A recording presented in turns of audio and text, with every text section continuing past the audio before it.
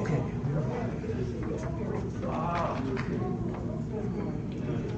Oh, okay. Good morning. Hi. How are you? Are you shocked? No, I'm happy. Okay. He expected to see you this morning.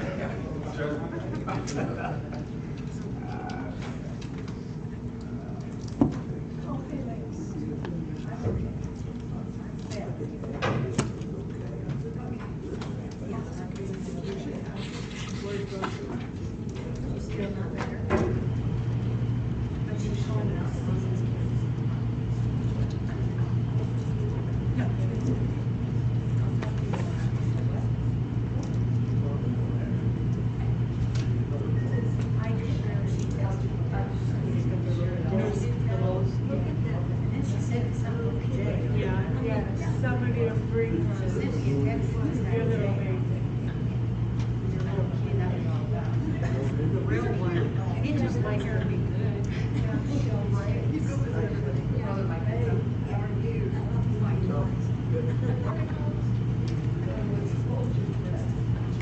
It was like a show. Good morning. Good morning. Good morning.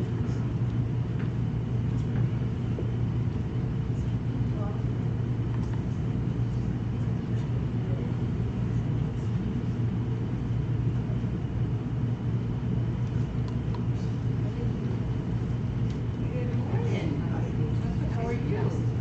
Is that big enough for you to read? Oh, you're gonna make it really. Oh no, that's good. No.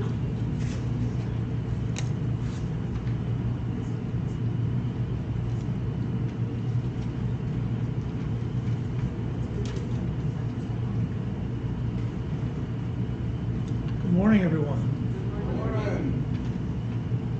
Glad to see you here this morning.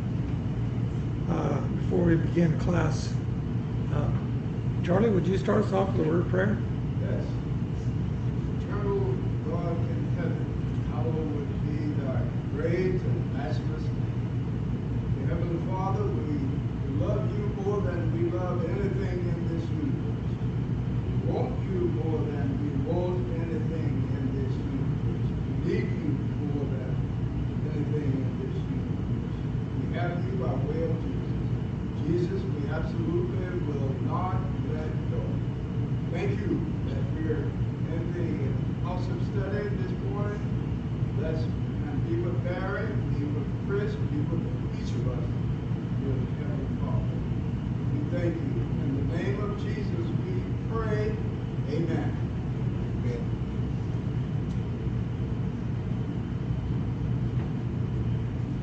So we are studying in Exodus 35, and Chris and I have both mentioned that chapters 35 through 39 is kind of a repeat, review. It's a repeat of what we read about in Exodus 25 through 30. In Exodus 25 through 30, Moses is on Mount Sinai, and God tells him that he wants him and the Israelites to build a tabernacle for God, a place for God to dwell with him. And here in Exodus 35 through 39 is where Moses is relaying that information now to the Israelites. So in a way it is review, but repetition is common in the Bible, and for good reason. We need to be reminded what God has said.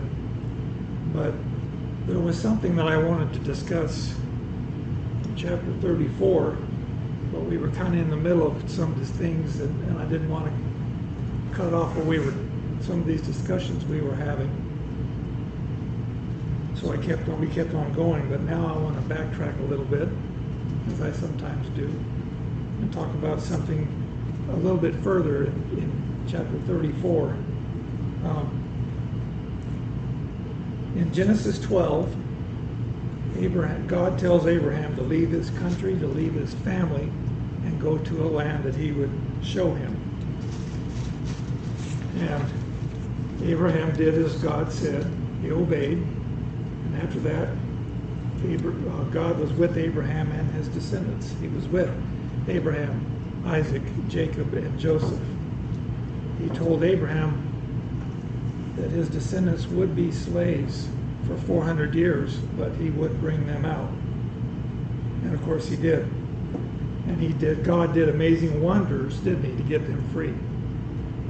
The 10 plagues, crossing the Red Sea, supplying them with water and manna and quail, and a lot of things that God's already done for the Israelites on top of what he did for Abraham, Isaac, Jacob, and Joseph. But this morning I would like to start off reading from Exodus 34, verses 10 and 11.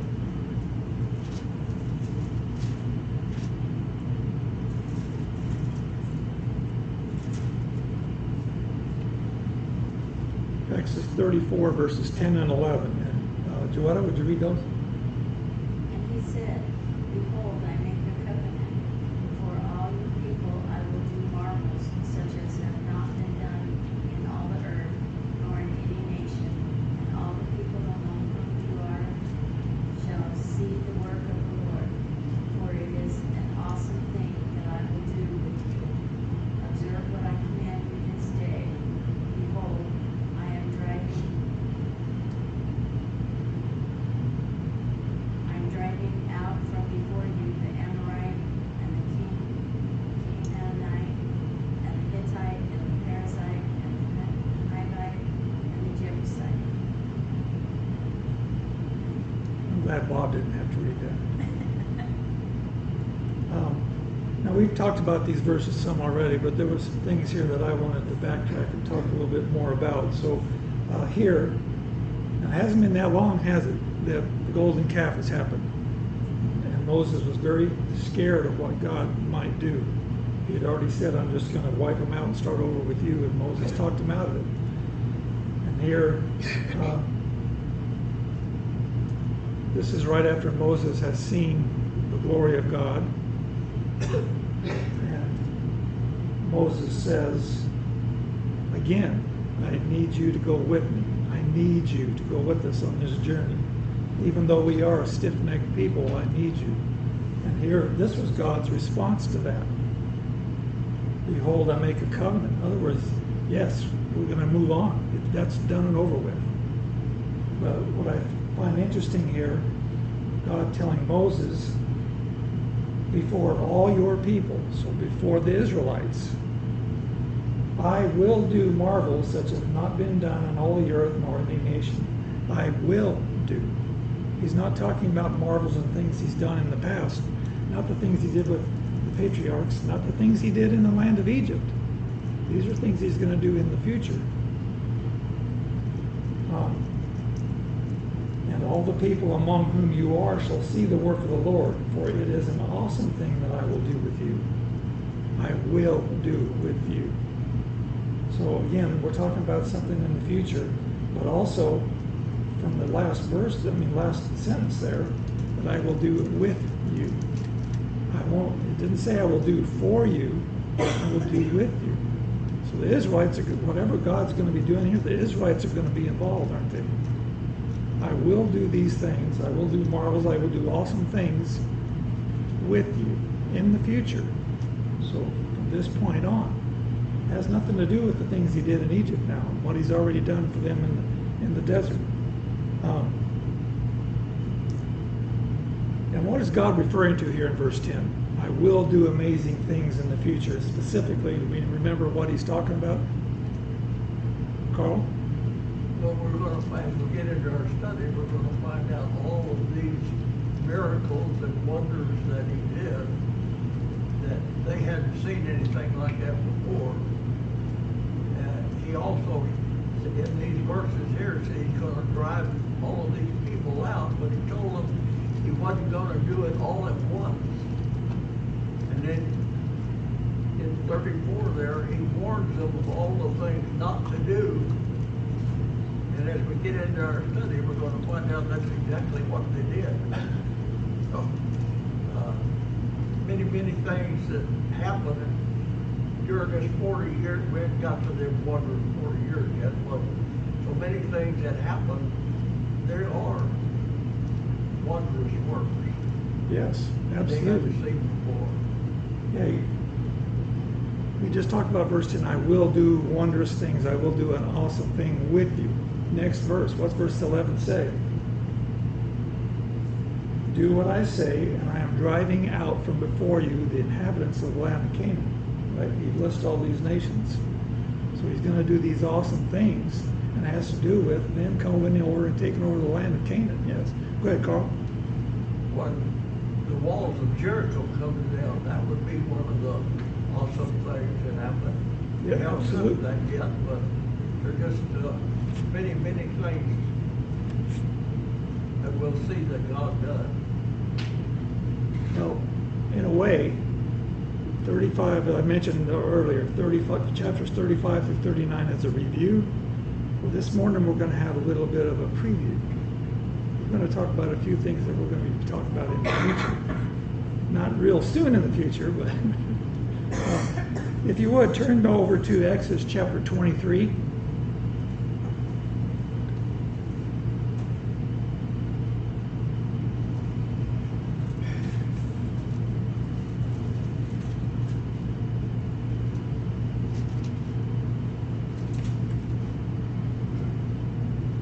And just for the sake of time, I'm going to read Exodus 23 verses 20 to 30. And as I go through here, I'm going to make a few comments and then we'll move on. So Exodus 23 verses 20 through 30.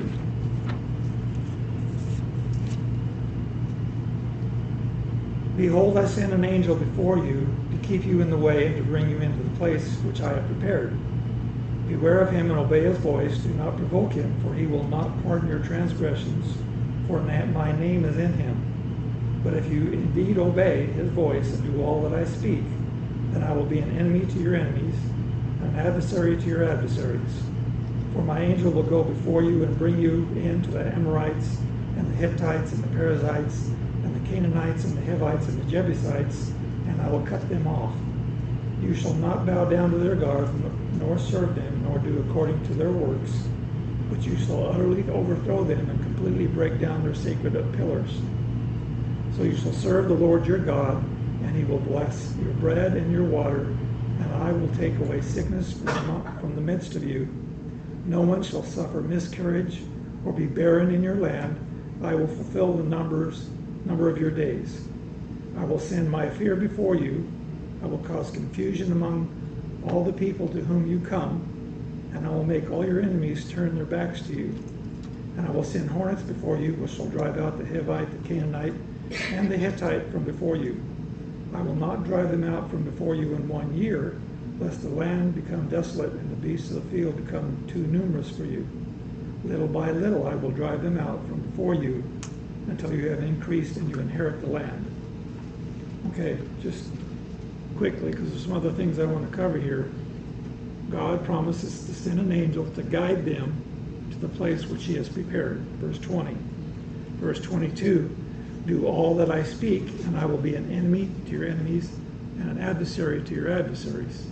Verse 23, God will cut off the inhabitants of the land of Canaan.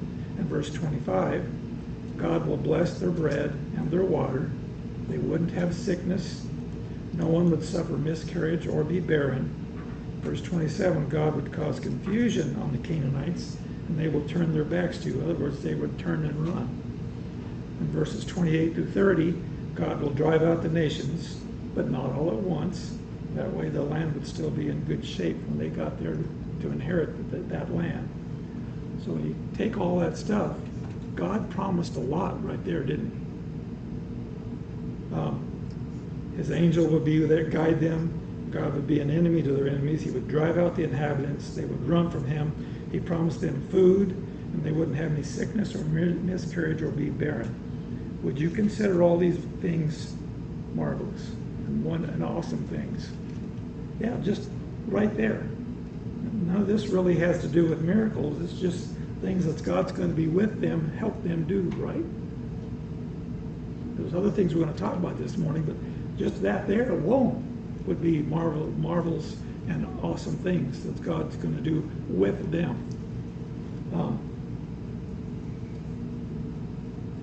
Let's flip back over to Exodus 34 and in verse 10 again.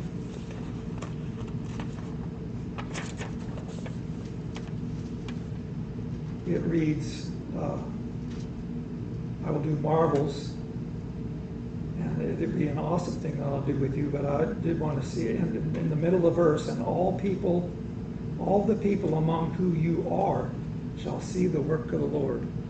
That's talking about the Canaanites. When they move in to take over the land of Canaan, the people around them, not only are they going to be there, God's going to be with them, and God's going to do awesome things and marvelous things with the Israelites. All those Canaanites are going to see that. Does that kind of sound familiar to what we read about when they were in the land of Egypt? I'm doing these things so all will see. God's going to do these things for the Israelites, but he also wants the other nations to see and understand who he is still.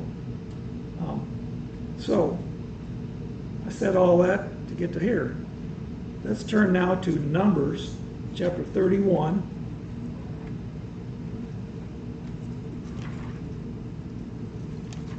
I'm going to talk about just a few specific times where we could see that God did a marvel or an awesome thing with the Israelites. So let's turn to Numbers chapter 31. And let's begin by reading the first 3 verses. Numbers 31, verses 1 through 3. Mom, would you read those? And the Lord spoke to Moses, saying, Take vengeance on the Midians for the children of Israel, from the children of Israel. Afterward you shall be gathered in your people, or to your people. So Moses spoke to the people, saying, Arm some of yourselves for war, and let them go against the Midianites to take vengeance for the Lord on Midian. Okay, God tells Moses, okay, it's time for you to go take vengeance on the Midianites. And notice though in verse 3, arm some of yourselves for war. So not all the army is going to go out against the Midianites. Now let's read verses 4 and 5. We're not going to read this whole chapter, just a few places here and there, but let's read Numbers 31, verses 4 and 5. Merwin, would you read that? Every tribe, 1,000 throughout all the tribes of Israel, he shall send to the war. So there were delivered out of the thousands of Israel, the thousands of every tribe, 12,000 armed for the war. Okay, so how many men did they send out to war? 12,000. 12,000. 1,000 from each tribe were chosen, and so 12,000 went out for this battle against the Midianites. Is that a lot? Is 12,000 men a lot? Not when you consider when they left the land of Egypt, how big was their army? 600,000. 600,000. So we know when they go into the promised land, if I remember correctly, it was about the same number. If not, Chris can correct me, but I'm pretty sure the army when they left Egypt and the army when they go into the land of Canaan was just about the same, 600,000. So it's probably about the same here. So out of 600,000 men available, they only sent 12,000 in this battle against the Midianites. So that's not really a lot. And we don't know how many Midianites there were, but we're going to see some hints here that it was a very large group of men. But it was definitely more than 12,000, way more than that. But let's look at verse 8. We won't read that, but if you look at verse 8, when they went out and battled the Midianites, they were battling 5 different kings. So that's 5 different separate groups all joined together that were there to fight against the Israelites. And they were fighting against only 12,000 Israelites. In verse 7, we read about that Israel did win. Not surprisingly, God was with them. Israel did win, and they killed all the males, all of them. Now let's read down later in the chapter. Let's read verses 32 to 34. This is the plunder they got from the Midianites when they won this battle. I want you to pay attention here how many animals they got. Again, it was only 12,000 men that went to battle in this battle. But look how many animals they got back here. So Numbers 31, verses 32 to 34. And Tina, would you read that? And the booty being the rest of the prey which the men of war caught was 600,000, and 70,000, and 5,000 sheep, and 312,000 beeves, and 301,000 asses. Okay. This is what they received from the Midianites. 675,000 sheep. 72,000 cattle. 61,000 donkeys. That's a lot of animals. Do you think the Midianites had an awful big army with that many animals? Again, we don't know how many it was, but it was way more than 12,000. So, and they wiped them all out. They killed all the males. And they received all this plunder. That's a lot of animals. Did the Israelites have animals already? They had a lot of animals when they left Egypt. Now, we don't know how many of them they lost and they're wandering in the desert and how much maybe they ate, but so their armies would have been very large. We don't have a number here, but it would have been way more than 12,000. Now let's go ahead and read verse 35. And Sandy, would you read that? Numbers 31, verse 35. And 30 and 2,000 persons in all, of women that had not known man by lying with him. Okay, they took captive 32,000 women who had not known a man. That's the captives. 12,000 men went out to war against this huge army of Midianites, brought back all these animals, and brought back 32,000 women that hadn't known a man. So we don't know the number, but it was very large. So for an army of 12,000 men to defeat this large Midianite army and bring back this amount of plunder and 32,000 captives, God had to have been with them. Would that be considered a marvel? An awesome thing that just happened? They just defeated a huge army with 12,000 men. Go ahead, Carl. Read verse 7.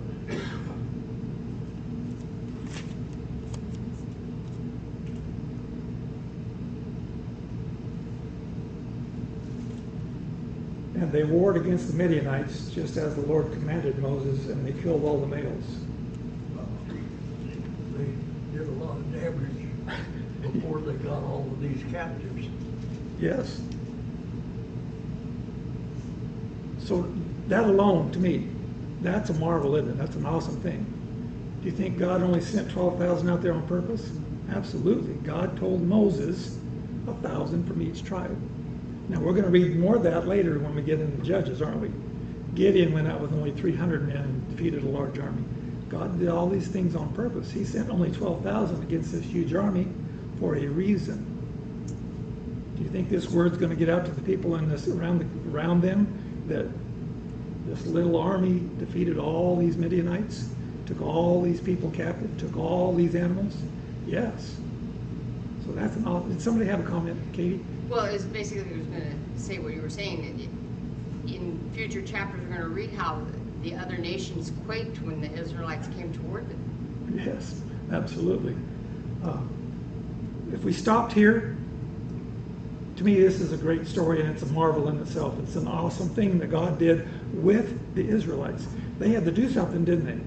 But God was with them. But that's not the end of the story. Let's read verses 48 through 50. Numbers 31, 48 through 50. And Jeff, would you read that? Then the officers who were over thousands of the army, the captains of thousands, and the captains of hundreds, came here to Moses. They said to Moses, "Your servants have taken in court account of the men of war who are under our command, and not a man of us is missing. Therefore we have brought an offering for the Lord, but every man found of ornaments of gold, armlets and bracelets, and signet rings, and earrings and necklaces, to make atonement for ourselves before the Lord." They went went out with 12,000 men against this huge Midianite army. Again, they brought all these animals and these captives back, and not one Israelite died.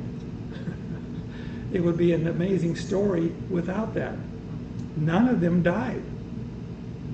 That's beyond a marvelous and awesome thing to me. That's, even you can see that the Israelites here, like, they couldn't believe it. We didn't lose anybody. We went out against this huge army and we won, and not one of us are missing. To me, this is one of those marvels that God was going to perform with the Israelites. An awesome thing, very much an awesome thing. They go out to war and they don't lose one man. That is, to me, that's amazing. I'm just reading about it. I can imagine how the Israelites would have felt about that. Charlie, you had a comment? Yes, that is amazing. And think, they were children of God, and we are children of God. And does God want us to have in abundance? I would think so. He wants to make sure we have enough that we can do what we need to do and go out and help others, absolutely. Any other comments? Okay, let's move on. I think that was a marvel right there. Like I said, God said in Exodus 34, I will do marvels. Here's one of them. Now let's turn to the book of Joshua. That's where we read about them going in and taking over the land of Canaan. Joshua chapter 4.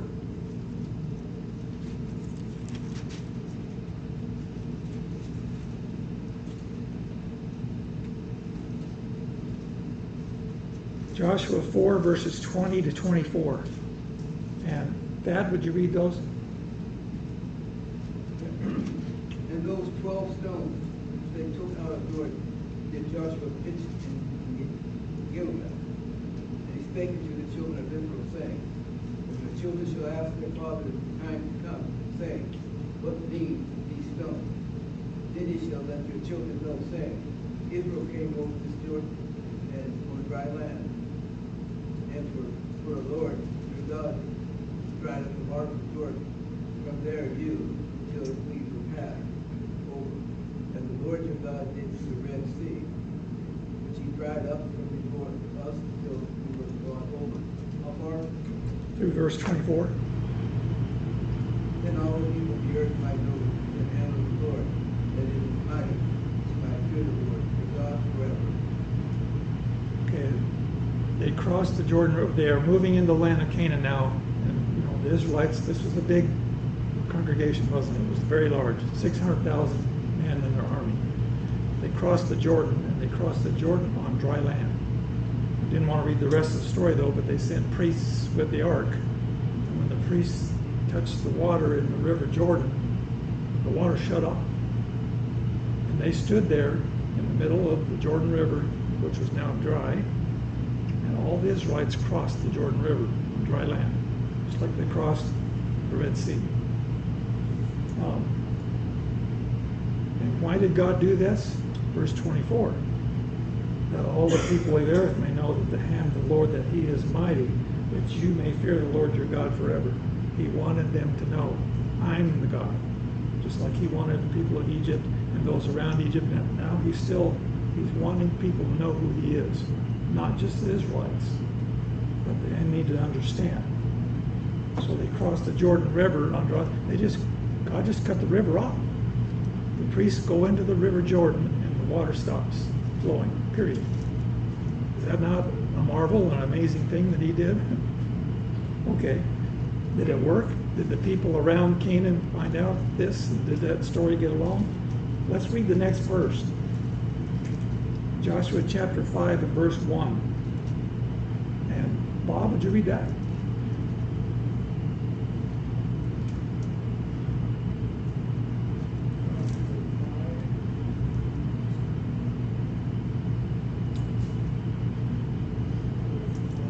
Joshua 5 verse 1, yes.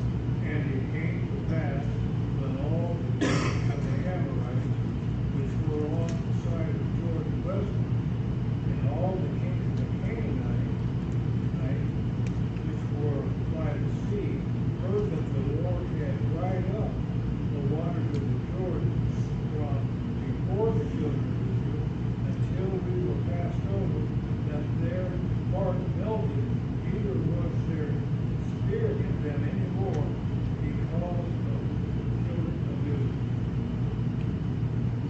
who was there that saw it, but word got to all the people there, the Amorites and the Canaanites.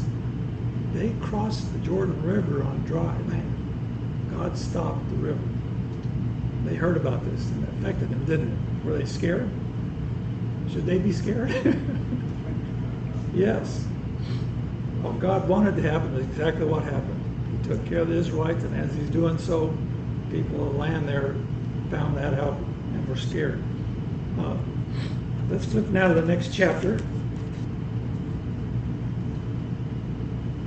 Carl brought this up just a moment ago, but let's read Joshua 6 and verses 2 through 5.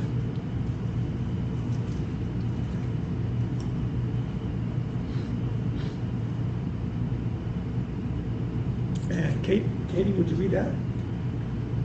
And which verses? Joshua 6, verses 2 through 5. And the Lord said to Joshua, See, I have given Jericho into your hand, its king and the mighty men of valor. You shall march around the city, all you men of war, you shall go around the city once. This you shall do 6 days.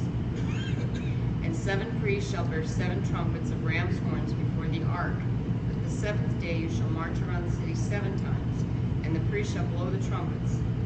It shall come to pass when they make a long blast with the ram's horn, and when you hear the sound of the trumpet, that all the people shall shout with a great shout. Then the wall of the city will fall down flat, and the people shall go up every man straight before him. Okay, this is the first city since they went into the land of Canaan. This is their first city that they're going to go battle and take over. This is the very first one, Jericho. And it's a walled city, isn't it? And they knew they were coming. Jericho was watching people coming in and out of the gate. They sent 2 spies in, remember? And they went after them, but Rahab protected them and hid them. So they're watching. They know the Israelites coming. And it's a walled city. What did the Israelites have to do here? All they did was march around the city one time around the city for 6 days. The 7th day, they marched around the city for 7 times and then yelled. The priests blew trumpets and then they yelled. And what happened? The walls fell down. Flat. Is this a marvel? Is this an awesome thing that God did with Israel? Absolutely. Can you imagine being inside the city for 7 days, just on pins and needles? Well, and we read about it. Jericho was cut off. The Israelites had them, nothing was coming in and out. That's what the Romans used to do too. They would go around the city and not let anything out. And that's what Israel had done to Jericho.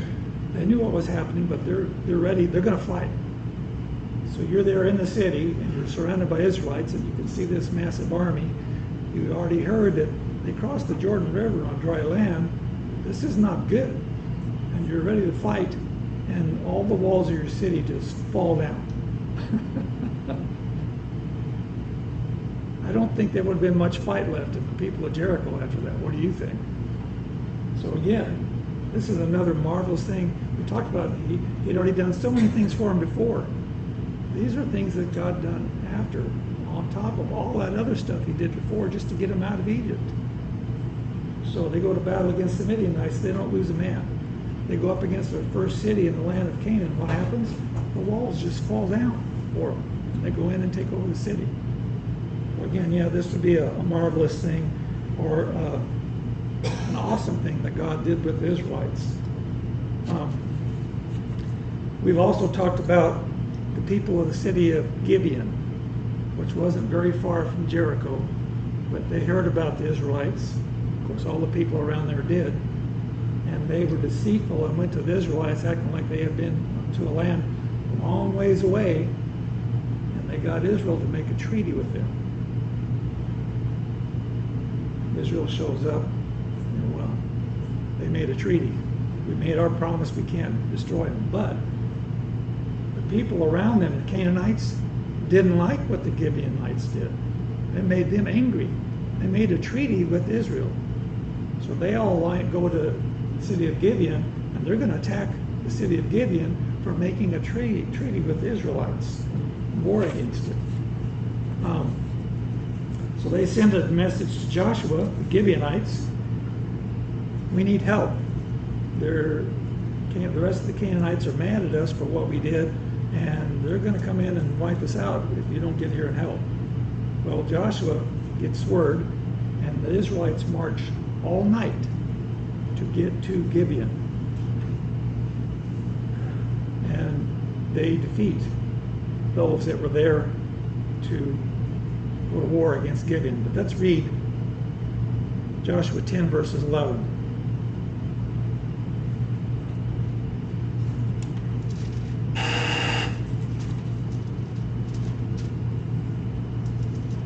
The Israelites win the battle. Again, Joshua and his army, they march all night to get there to protect the Gibeonites, and they defeat them. But something interesting here in Joshua 10, verse 11. And Carl, would you read that? And it came to pass, as they fled from before Israel, and were in the going down to Beth Horon, that the Lord cast down great stones from heaven upon them unto Azekah, and they died. They were more which died with hailstones than they whom the children of Israel slew with the sword. So they have this battle, and Israel is winning to the point where the people that were there going to take over to wipe out Gibeon. Now they're running away. They can see this isn't going good. We're out of here. And what happens? God rains down hailstones on them and kills them. And there was more killed from the hailstones than the Israelites killed. Would we call this a marvel? Is this an awesome thing that God did here? Yes, absolutely. Now let's go to Joshua chapter 11.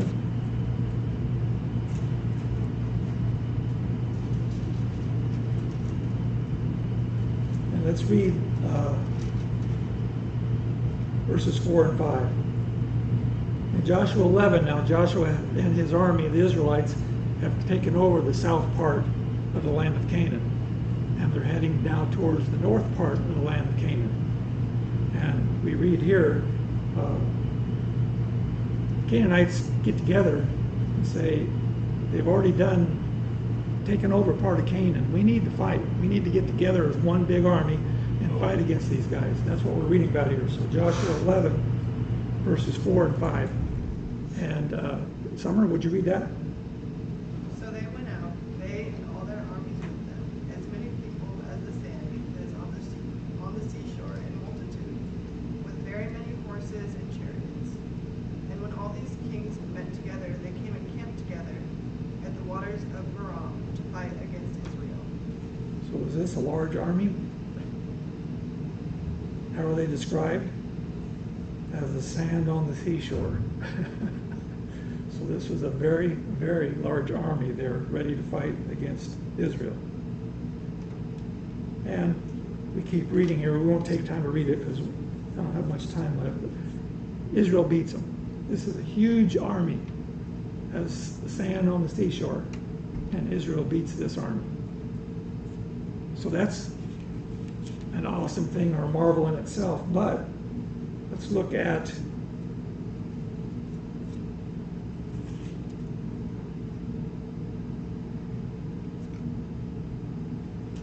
verse 8 tells us, the Lord delivered them into the hand of Israel, who defeated them.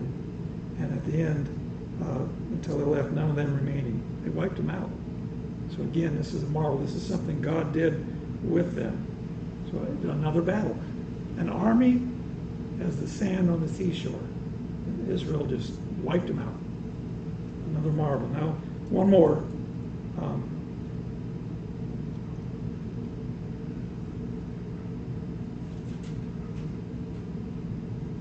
I forgot something. We won't take time then because I forgot it, but in Joshua 10, when God sent the hailstones and killed those people that were gathered against the city of Gibeon, there was a lot of them. To the point where Joshua, if you read, you can look at verses in Joshua 10, verses 13 and 14. Joshua asked God to not let the sun go down so they could finish this battle. And what happened? The sun didn't go down for almost a day.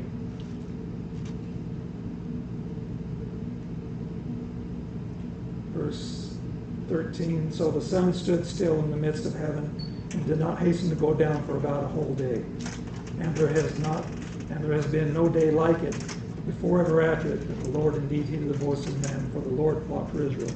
So not only did they defeat this great army that was against Gibeon, Joshua asked the sun not to go down, and it didn't go down. Would that strike terror Is this a in your marvelous enemy? thing? Go ahead, Katie. Would that strike terror in your enemy? Time Yeah. stops? Yes. It doesn't even, it's very, very short here, this, what's talked about. But that would have been, I don't even know how do you explain that? It's still, there's so many things that God's done for them up to this point in Exodus 34. But look at all these great things he's still going to do for them in the future. These are things that's like speechless. You don't know what to say. Wow, the sun didn't go down for a day? Because that's the way God wanted it. Go ahead, Terry.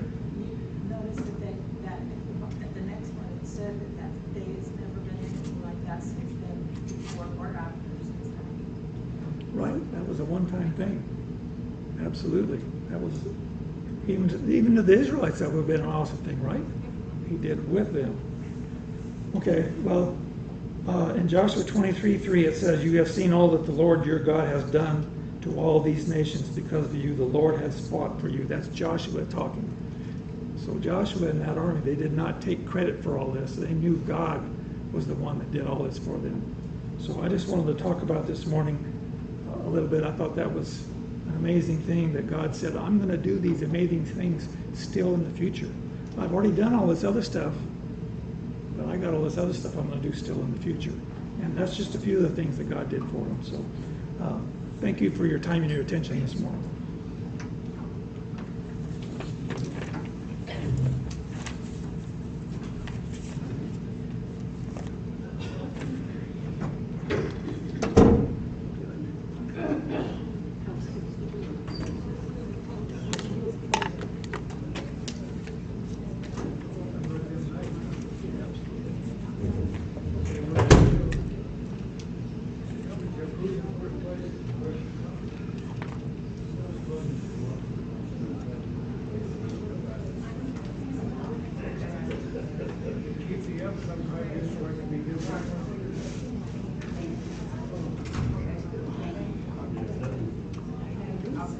What is the other?